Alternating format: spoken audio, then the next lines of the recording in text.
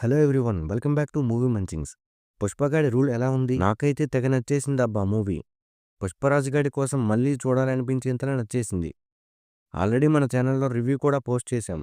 ఈ video end కార్డ్స్లో and డిస్క్రిప్షన్లో ఇస్తాను, ఒకసారి చెక్ చేయండి. అయితే ఈ వీడియోలో మన టాపిక్ వచ్చేసరికి positives and negatives of Pushpa 2 movie. నాకు ఓవరాల్గా మూవీ అయితే నచ్చింది. కానీ మూవీ చూసి ఇంటికి వచ్చి ఒకసారి మొత్తం రీకలెక్ట్ చేసుకుంటే అన్ని పాజిటివ్సే కాకుండా కొన్ని నెగిటివ్స్ కూడా ఉన్నాయనిపించింది. సో, ఈ వీడియోలో నాకు నచ్చిన పాయింట్స్ ఏంటి, నచ్చని పాయింట్స్ ఏంటి అని మాట్లాడుకుందాం. దానికంటే ముందు మన ఛానల్ 5000 సబ్స్క్రైబర్స్‌కి చాలా దగ్గరలో ఉంది. So, please support us by subscribing our channel and ఈ వీడియో మిస్ అవ్వకుండా లాస్ట్ వరకు చూడండి.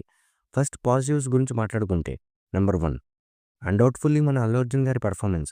'పుష్ప 1'లో అల్లు అర్జున్ గారి పెర్ఫార్మెన్స్‌కి నేషనల్ అవార్డు ఎందుకు వచ్చిందో నాకు 'పుష్ప 2' మూవీ చూస్తుంటే తెలిసింది.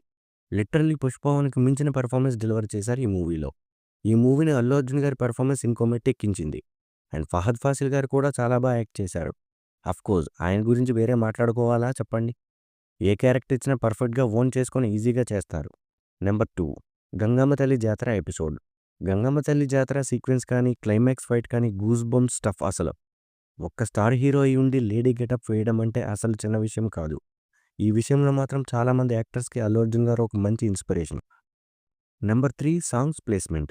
యాక్చువల్‌గా ఏ మూవీలో అయినా సాంగ్స్ అలా వచ్చిపోవడం చూస్తాం. కొన్ని మూవీస్‌లో మాత్రమే సిట్యుయేషన్‌కి తగ్గట్టు సాంగ్స్ వస్తాయి. అండ్ ఈ మూవీ విషయానికి వస్తే ఇందులో వచ్చిన ప్రతి సాంగ్‌కి ఒక ప్రాపర్ స్టోరీ ఆర్ సెటప్‌ని ఎస్టాబ్లిష్ చేసుకున్నారు. ఏదో అలా ర్యాండమ్‌గా వచ్చినట్లు కాకుండా ప్రతి సాంగ్ వెనకాల ఒక రీజన్ ఉండేటట్టు సీన్‌లో చక్కగా బ్లెండ్ చేశారు. Number 4 movie run time 3 hour 20 minutes ఉన్నప్పటికి కూడా ఎక్కడా బోర్ కొట్టనివ్వకుండా ప్రతి సీన్‌తో ఆడియన్స్‌ని ఎంగేజ్ చేయగలిగారు. అంటే మూవీని 3 అవర్స్‌కి ట్రిమ్ చేసి ఉంటే బాగుండేదేమో అనిపించింది. బట్ ఇప్పుడు ఉన్న లెంగ్త్‌లో అయితే బోర్ కొట్టలేదు. ఇంకా నెగెటివ్స్ గురించి మాట్లాడుకుంటే నెంబర్ 1 పుష్ప ది రూల్ అని పేరుకు తగ్గట్టు పుష్పరాజ్ క్యారెక్టర్‌కి ప్రతిసారి ఎలివేషన్ ఇవ్వడం కోసం మిగతా క్యారెక్టర్స్‌ని తక్కువ చేశారేమో అని ఫీల్ వచ్చింది.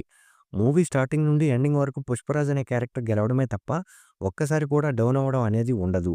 దానివల్ల బన్వర్ సింగ్ షెకావత్ క్యారెక్టర్ ఎప్పుడూ ఫ్లవర్‌గానే మిగిలిపోతుంది. మూవీ మొత్తంలో ఒక్కసారైనా పుష్పరాజ్‌ని కొంచెం డౌన్ చేసి మళ్ళీ హైట్స్‌కి తీసుకెళ్ళి ఉంటే బాగుండేది. నెంబర్ 2 మూవీ ఎండింగ్‌లో ఒక క్లిఫ్ హ్యాంగర్ వదిలి 'పుష్ప 3 ది ర్యాంపేజ్' అని వేస్తారు.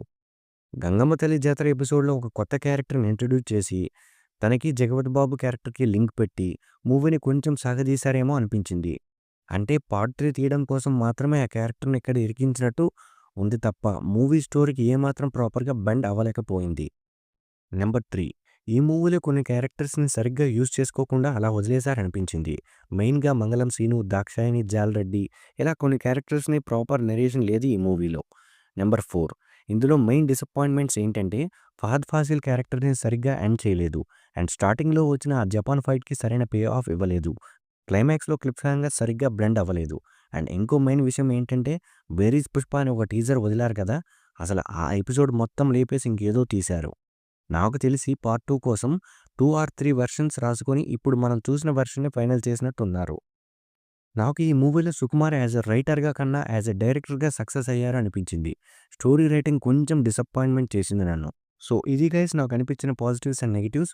మీరు ఈ పాటికి మూవీ చూసుంటే ఎలా అనిపించిందో కామెంట్స్‌లో చెప్పండి. నచ్చితే వీడియోని లైక్ చేసి మీ ఫ్రెండ్స్ అండ్ ఫ్యామిలీకి షేర్ చేయండి.